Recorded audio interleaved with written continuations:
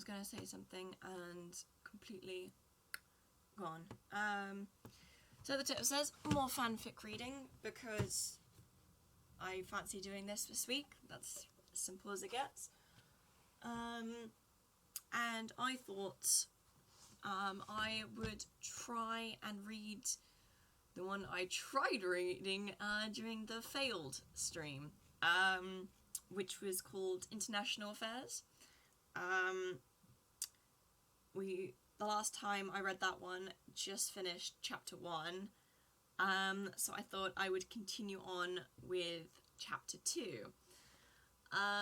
Refresher, it is a Hetalia fic. And it's interesting, but yeah. So I thought I would get on to that. So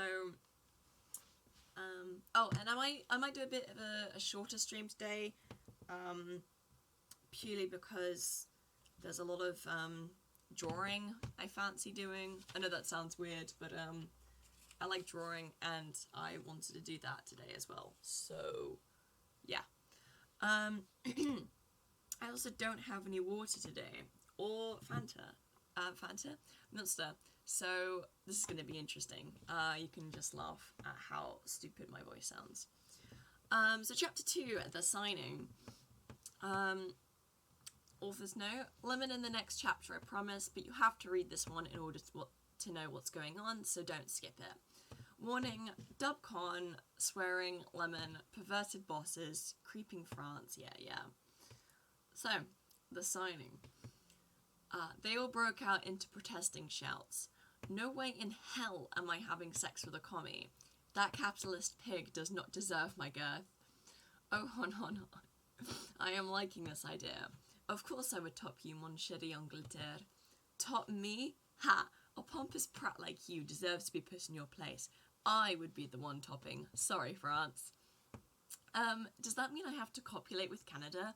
I'm not even a country, and we aren't enemies, but it says right here that we have to. What? But Prussia can't be paired with me. We don't even hate each other that much. Suck ball. Sorry. I am paired with Japan. Yeah, what is this? Not with my Xiao Didi. And like always, I apologize for words said in other countries. I don't... Well, that is the question. Yeah, I apologize for how I say things in other languages. I am your quintessential British person, so yeah. China is right. I am his little brother. It would not be right to do such things with him. It would be inappropriate. There, Germany, it says I'm paired with you. But I like you. What's up with that? And what's copulate mean? Verdammt. I knew this whole thing was a bad idea. Calm down, everyone. I am British. I can say that. I'm not English, but I'm British. And I am quintessential. Like, if I go to another country, right, I am very much a tourist. You know, taking pics of dumb things. And I pronounce things wrong, despite my greatest attempts. So yes, I would count that as me being quintessential British. Anyway, calm down, everyone. Matthew's boss shouted above the melee. The nations quieted, but still threw angry or uncomfortable glances at each other.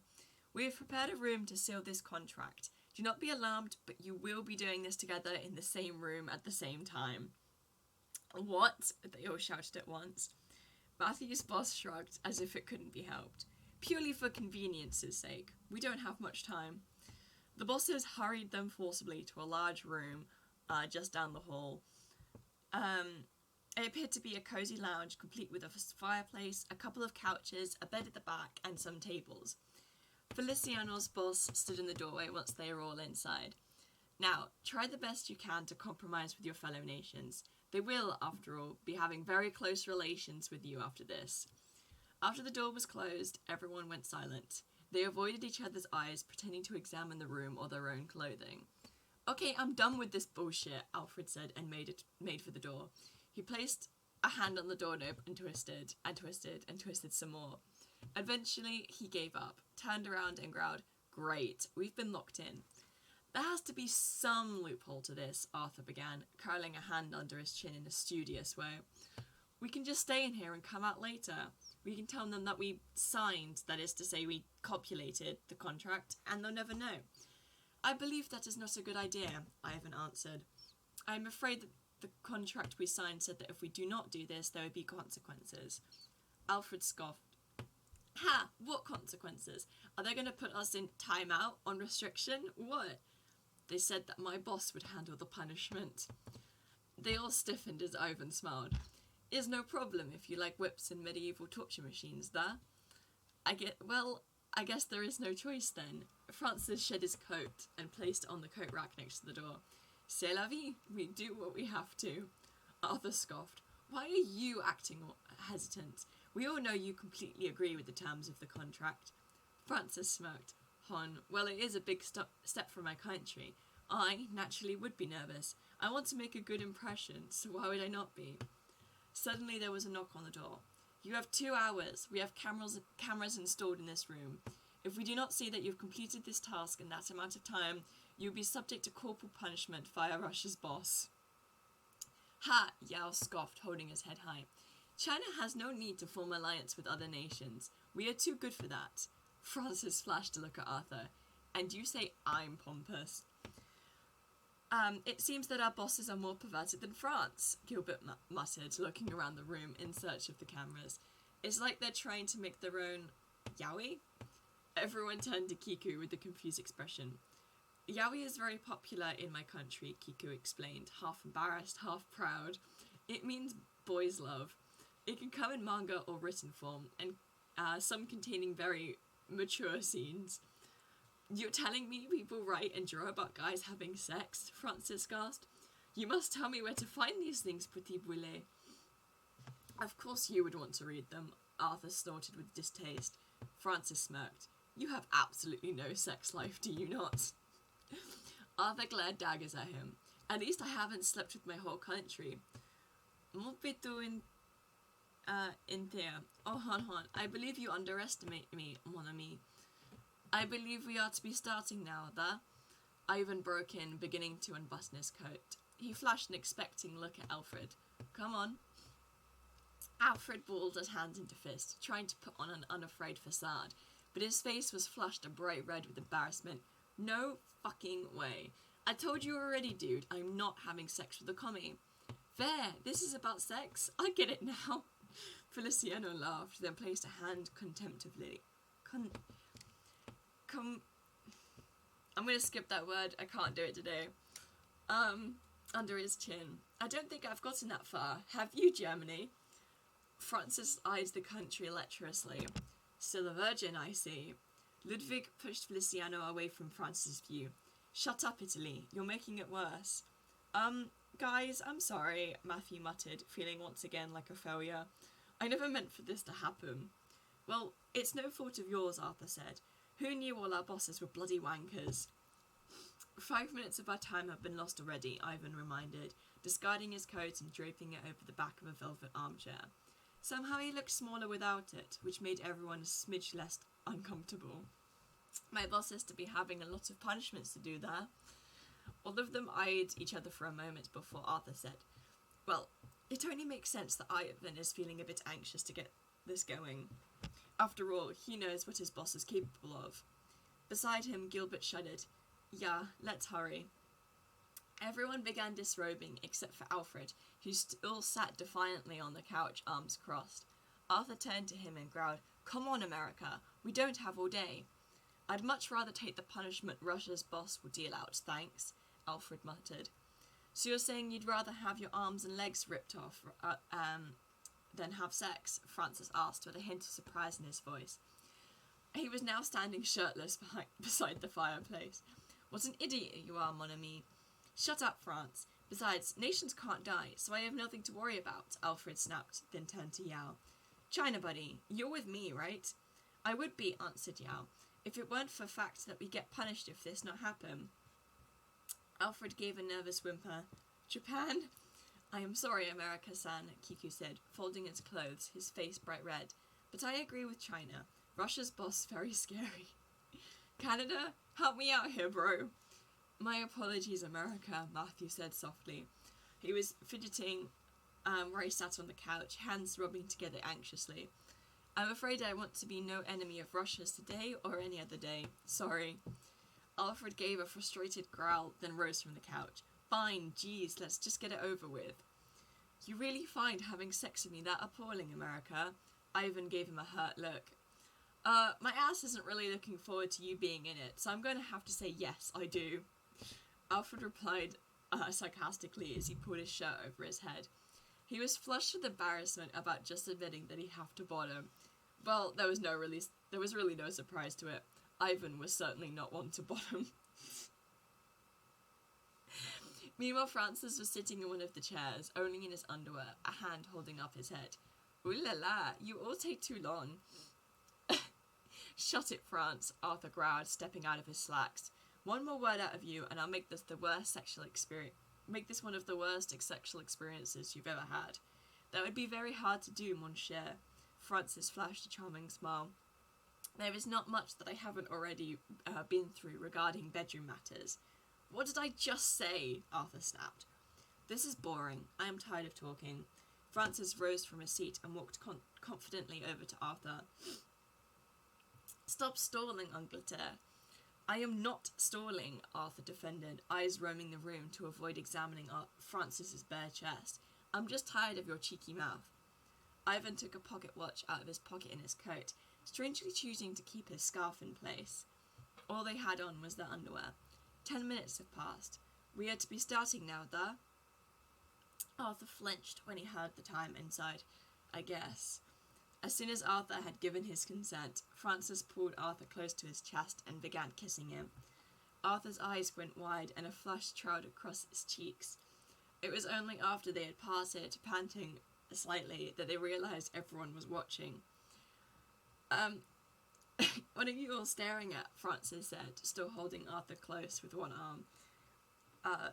Vasi? I don't know. Language. Time is passing quickly.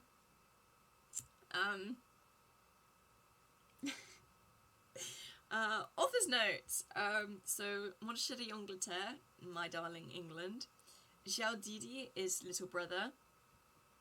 Verdammt, damn it. C'est la vie, that's life. I actually love using that one just in general. I think that might be from my Addams Family days. Because that was the first time I heard it. And I like Gomez, okay? Petit boulet.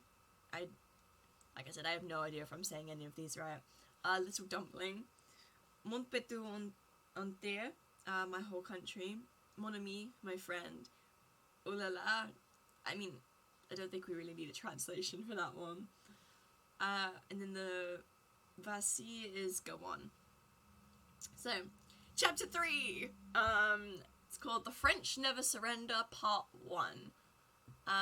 Little author's notes we have. Here is a little taste of what is to come. Or who, should I say. There is another part to this that is much longer and contains more smutty scenes. For now, though, you just get to see who come out on top in the frack pairing. Enjoy. Warning, Dubcon, England's foul mouth, France's perverted one, group sex. So, The French Never Surrender, Part 1, which is England x France. Francis guided Arthur over to the nearest couch and lowered him onto it. Arthur gave a startled grunt when he realised that Francis was leaning over him. He broke their current kiss and pulled away, covering his mouth with the back of his hand. Francis gave him a hurt look. What is it, mon chéri? Are you scared? Arthur narrowed his green eyes at him. Scared? That emotion was completely wiped out of my system ages ago. Francis smiled and leaned over him, whispering close to his ear. And what other emotions do you still retain, I wonder? Arthur gave an involuntary shudder before he realised what the hell he was doing. They were rivals, for Christ's sake. What were they thinking? France, Arthur mumbled as Francis began trailing his breath along Arthur's exposed neck. What are we doing?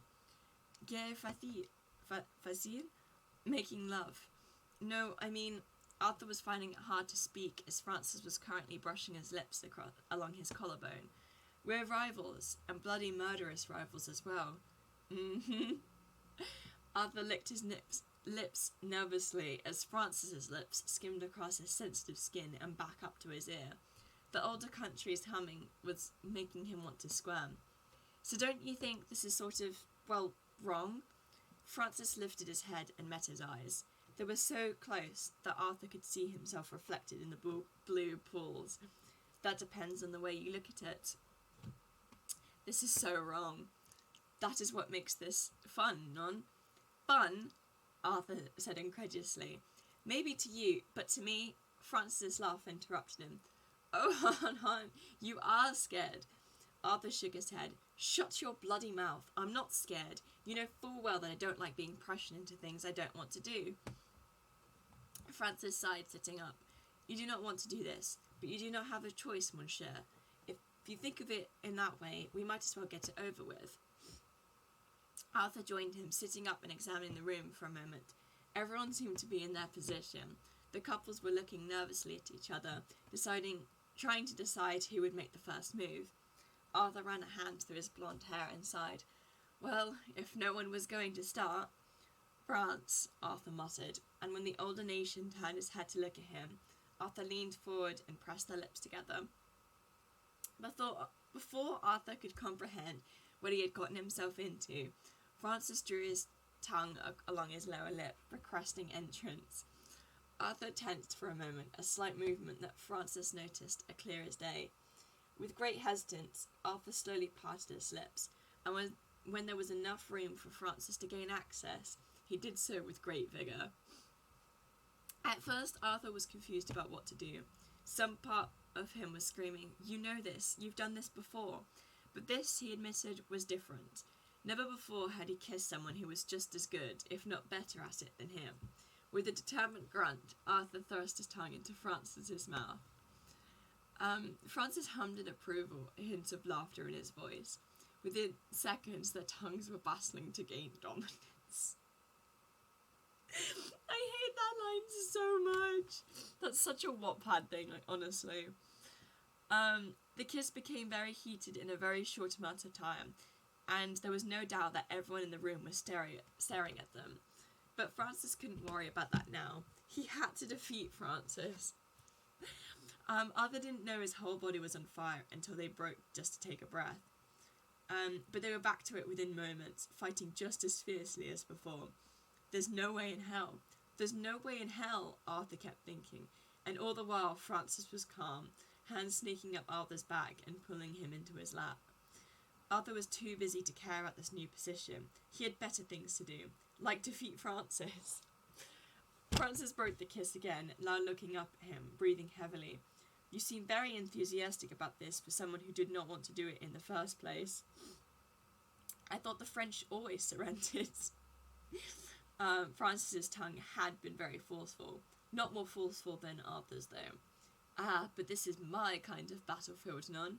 Shut up, frog, Arthur muttered, and dove for his mouth once more. As they kissed, Arthur felt a familiar pressure forming in his groin. Alarmed, he stopped in his struggles, and immediately Francis took advantage of his distraction. He hungrily thrust his tongue into Arthur's mouth, dominating his tongue, sucking on it. Arthur bit back a groan. No way in bloody hell was he going to let Francis hear him. No way was he going to let the frog see him weak. Francis heard him and seemed to realise this too. Wanting to encourage Arthur to make more noise, he ran his hands down Arthur's chest, pausing to tease his nipples. At this, Arthur grunted, still holding back his voice. Francis broke their kiss, and both of them took a few seconds to catch their breaths before speaking. At that time, Arthur suddenly noticed something pressing into the cleft of his arse. I cannot wait much longer, monsieur. Francis read his mind, licking off the small beads of sweat that had formed in Arthur's chest. And since I won, he smirked, pushing Arthur down onto the couch again. I get to top.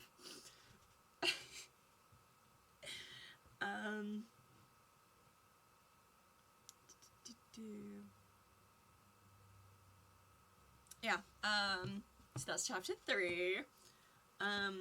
Might do 1, maybe 2 more chapters, depending on how long they are. But, yeah.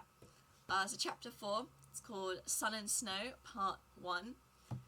I've got an author's note. Well, here you go. America x Russia is one of my favourite pairs to write, so this shouldn't disappoint. America x Russia is my favourite pair as well. And for all those who are Russia fans, I made him an asshole. Yes, I know it's bad, but an asshole Russia makes a sexy Russia to me.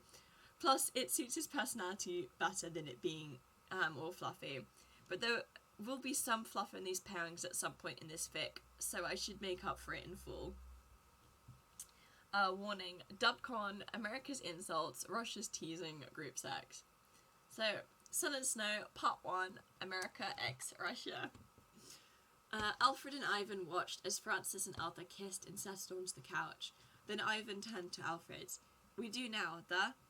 Alfred startled, and he could feel his face grow increasingly hot.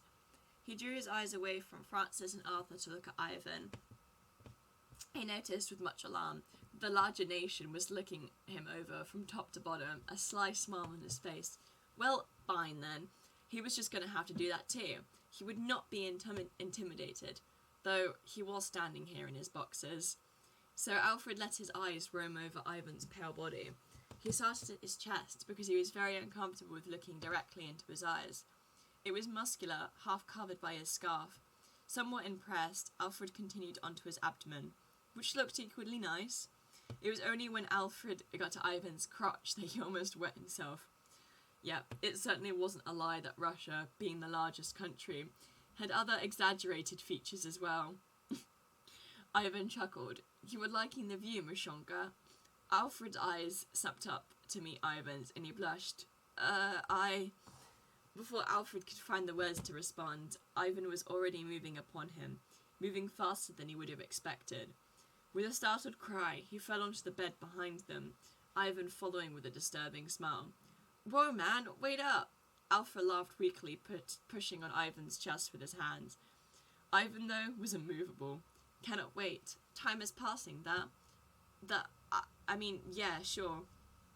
Alfred struggled to push Ivan off of him. Ivan's eyes were full of warmth. So cute. Alfred stopped struggling and went rigid. Hold it there, dude. Men don't call other men cute. That's like a rule. Ivan leaned into him, nearly... his chair, honestly. Ivan leaned into him, nearly crushing Alfred's arms beneath him. Not in my country. You got this line from France, didn't you, Russia? Waggles eyebrows. Just as a side note, though, I do actually love fics written by this author, because throughout the actual fic, they're just like, it's just the little author notes, and they never fail to make me laugh. Yeah, I really enjoy the just the little side things. Anyway, Alfred was about to protest the nation's sudden advancement when he was suddenly being kissed. He squirmed and filled his arms, trying desperately to get away, but Ivan secured them above his head with one strong hand. It was only then that Alfred doubted his power against Ivan. We do now, da, Ivan said with that menacingly cute look. Alfred swallowed dryly. This was just a physical thing. What was he freaking out about? After this was over, it wouldn't happen again. Not ever. Then again, he most likely would be a bit sore afterward. Whatever, Alfred finally said, his eyes roaming across the room. When he caught sight of Arthur sitting on Francis's lap, however, he felt a little less confident. Had everyone but him gone crazy? Just get on with it already. And that he did. Ivan began at his neck, bypassing gentleness and nipping at the skin. Alfred squirmed and snapped. Hey, that hurt. Ivan's chuckle sent a chill up Alfred's spine. Your skin is so soft and sensitive. You are not used to this kind of pain here, there. Alfred stiffened. And you are? Very much so, Ivan said, close to his neck. But for you, I will be gentle. Alfred's eyes couldn't help but roam to the scarf that covered the Russian's neck and scoffed. Yeah, right. Next you'll tell me you have a condom that can shrink your dick to average size. I'm afraid no such condom has been created, Mashonka, Ivan muttered into Alfred's hair. Alfred itched to wrench his head away from him, to get up and run around the room, to search for any possible way out. Damn it, he would squeeze through a mouse hole. And this particular sentence sounds horribly wrong in this sort of fic, if he had to. Damn, what a disappoint... Ah! Alfred's face grew red as he looked around the room. Everyone had stopped in their activities to stare. Even Arthur, who was lying beneath Francis on the couch, twisted around to look. Alfred continued to suck and lick in the spot where Alfred's neck met his shoulder. He shivered. His tongue was cold. What a freak. Extremely embarrassed, Alfred turned his head away from the staring eyes, only exposing more of his neck to Ivan. Well, everyone has to make sacrifices sometime. You are holding back, Ivan said as he moved up his neck. I want to hear your voice, America. No fucking way, commie. Alfred ground out through his teeth, struggling to keep his voice in check. He found himself growing hotter and hotter by the second, but he refused to believe it was happening. Yeah, this whole thing was a hoax. Soon he'd wake up in his own bed thinking about what in the hell made him have this dream. Oh, don't be like that, Ivan murmured against his neck. Suddenly something ice-cold touched Alfred's chest, and he arched sideways with a startled yelp. Ivan paused in his advances. Have I hurt you? Your hands, Alfred growled. They're fucking freezing. I cannot touch you, Ivan said in a hurt voice. You can, after you've stuck your hand in an oven. You mean? Alfred didn't like the tone of Ivan's voice. It sounded sly. You do not like this? And he brushed an icy thumb over one of Alfred's nipples. Before Alfred could stifle it, he let out a gasping shout, arching upwards. As Ivan continued to tease him like this, he became confused. What the hell was wrong with him? Freezing hands were not sexy, that was for sure. But why had he cried out, moved towards Ivan's hand? He didn't understand it, and the more he thought on it, the more incoherent he became. Now he didn't care if he moaned as Ivan ravished his neck, his cold hands exploring every inch of his chest and abdomen.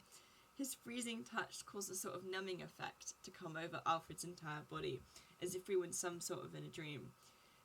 If everyone was watching, too bad for them. They only wished they could feel a stinging sensation in his lower regions brought his thoughts to a shrieking halt. With a sharp intake of air, he peered down. Russia, don't touch there. Why? Ivan asked, fondling him further. You are enjoying it yet, da? No, it's just really goddamn cold. It will get colder sooner than you think. He could feel Ivan smirk against his neck as his hands pulled at the elastic of Alfred's boxers. Before Alfred could find the words to say anything whatsoever, Ivan had slipped his hand inside, grabbing its length, causing an icy shiver to envelop him. Before he knew it, he was crying out, his mind half functioning. Russia! Suddenly the hands left him. Ivan pulled away, and Alfred found himself missing both his cold and heat. He reached out for him in a daze, but could not find him. That was until Ivan straddled him.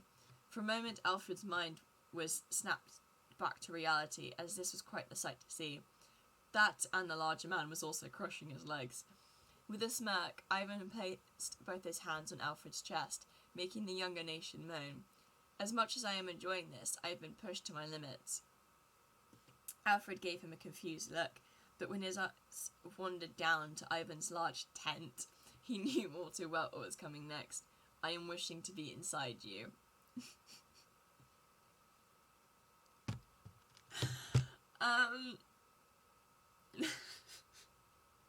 Alright, I'm gonna read one more chapter, and I think then I will call it quits for the day, because like I said, I need to do some other stuff, and I also need to check on laundry. That's gonna be fun. My tumble dryer is broken. And I have work tomorrow. Yay! Okay, so chapter 5, The Way of the Warrior, part 1. Author's note. Oh, Japan and China are so cute. How could anyone not like them as a pairing? But I must admit, I did play around with this couple a bit. Not literally, but figuratively speaking, though I would love to do so literally. And discovered that cute and fluffy was something I could only write in small quantity. Sorry. There's not much I will say about them without giving them away, but I will say you will see a side of China and Japan, mostly Japan, that you have never seen before. Yes, I have converted them from cute to sexy. You can thank me later, Aru. Warning. Dubcon, group sex, offensive comments relating to World War II. Way of the Warrior, Part 1, China x Japan. Yao was feeling very uncomfortable at the moment, but was determined not to show it. Showing weakness in any situation, he thought, was a sin, but he couldn't help but avert his eyes from Ivan as he pinned Alfred to the bed. He had to admit, Kiku was certainly appealing, despite the fact that he was his little brother. Side note, because this keeps coming up, not biological, technically. I mean, yes, all the countries were, like, joined to form one, you know, Pangaea and all that. So I suppose technically they're related that way. But when China says that Japan is his little brother, it's just that China owns Japan, and that made him his little brother. It's not incest. I just have to keep saying that because that can go whole kinds of ways. Despite the fact that he was his little brother, Yao fell to staring in his chest as he looked him over. Kiku cleared his throat softly, and Yao met his eyes, glancing quickly away when he noticed that Kiku had been watching him. Yao felt so exposed. Normally he'd be wearing a changsan, the sleeves going past his hands. Now he was clad only in his underwear, which, by his opinion, was extremely thin. Yeah. Why hadn't he worn something less exposing today? On second thought, why did I even bother dragging myself to the conference at all? Oh yeah, because of his people. Damn. Yao began, unsure of what to do. This was really awkward.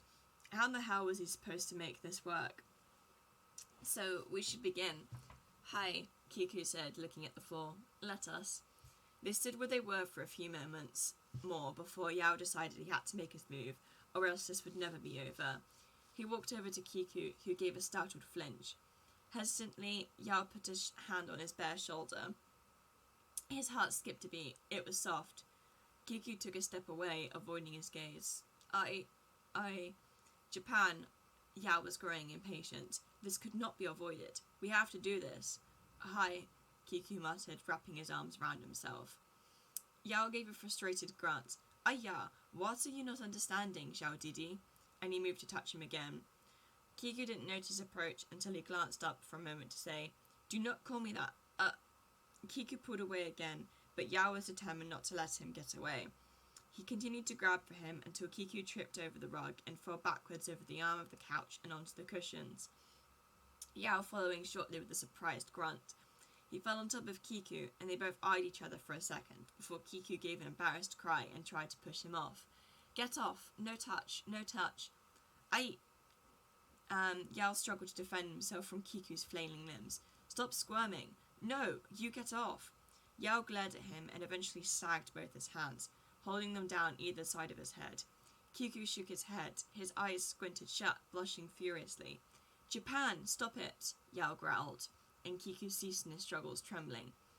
Too close, Kiku gasped, and Yao gave him a worried look. When had he gotten so uptight? Japan, relax, Yao murmured comfortingly, his thumb stroking Kiku's hands. Kiku opened his eyes, his breath slowing, his limbs growing less tense. Yao stared at him for a minute. Your eyes are beautiful, he muttered. Kiku blushed deeply, then began to squirm again. Yeah, Yao shouted. What is wrong with you? Hold still. Yao tried to secure the younger country's limbs again, but only succeeded in getting kneed in the groin. He gasped and fell against Kiku, burying his head in his shoulder. Kiku stopped moving instantly. What was that? Yao growled. Did I hurt you? Kiku said in a concerned voice. I am sorry. I stayed like that for a few minutes, until Yao decided it was time to make a little progress. Turning his head slightly, he brushed his lips against Kiku's soft neck. Kiku gave a small gasp but did not move. Suspecting this was an invitation to continue, Yao planted small kisses down Kiku's neck to his collarbone. Kiku grunted, then gasped as Yao ran his tongue along the side of his neck and up to his ear. After a while of ravishing Kiku's neck, Yao lifted his head and pressed their lips together. Kiku jerked... So many times it says Kiku, bloody hell. Jerked in surprise, but eventually gave in and let Yao explore his mouth. At first, Yao was expecting him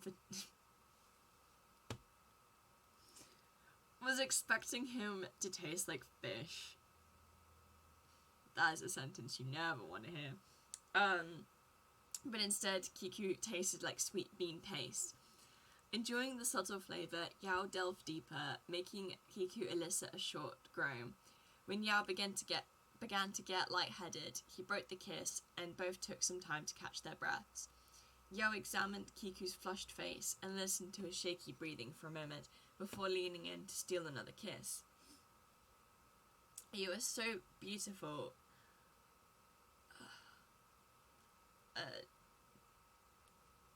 I'm not even gonna try to do that. Just no way. Something. Yao breathed, just inches away from Kiku's face. I have always missed dominating you. At that, Kiku's eyes widened, and he pushed Yao back from him a bit. Yao gave him a hurt look. What is it? What do you think it is, Baka? Kiku snarled, his expression barely changing to match his voice. I am independent country, no longer under your rule. Yeah. Yao gritted his teeth in frustration. They were so close. I was just saying, so you say you wish to dominate me again, is that it? No, I did not mean... Do it then, Kiku spat, glaring at Yao with eyes that could melt iron. Try to dominate me. But I will tell you now, it will be no easy task. You're crazy, Yao said with a smirk. You had too much sake this morning. Is that why you're acting this way? Kiku's grip tightened to a bruising force around Yao's shoulders. At least I was not high of opium products all week. Oh, burn, Japan, burn. Yao could feel his face growing hot with anger. How dare you insult me? I can do more than you know. Chinese torture worse than Russian, by far. Kiku puffed up his chest. I will never give up. Can't speak. That was probably why you were bombed, Yao shouted. Kiku looked as if he was about to make a heated rebuttal, but instead put his arms above him and turned his head, exposing his neck to Yao. Go ahead, try me. Without hesitation, Yao dove for his neck, sucking at the sensitive spots he had found earlier, determined to make Kiku give in no matter what. He was China. He wasn't going to sit back and let someone insult him and let them get away with it without proper punishment. Meanwhile, Kiku tugged at his hair, releasing it from its ponytail. When Kiku dug his nails into Yao's back, Yao bit down on his neck, making Kiku gasp in pain. Yao licked up the blood he had drawn and continued to suck at the wound. Oh yes, he would win, and then Kiku would realize he had been his all along. And I think that is where I'm gonna stop today. Yeah, I cannot, anymore, but, I hope you enjoyed what you did get, and I don't know if I'm gonna continue this one next week. I'm a little bit all over the place when it comes to that, so take what you will get. Just making a note of where it got to.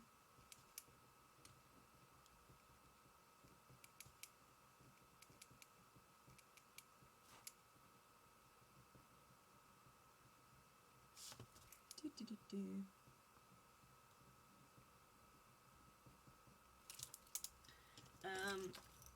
yeah, this is where I say bye. Enjoy the rest of your day, my singular viewer.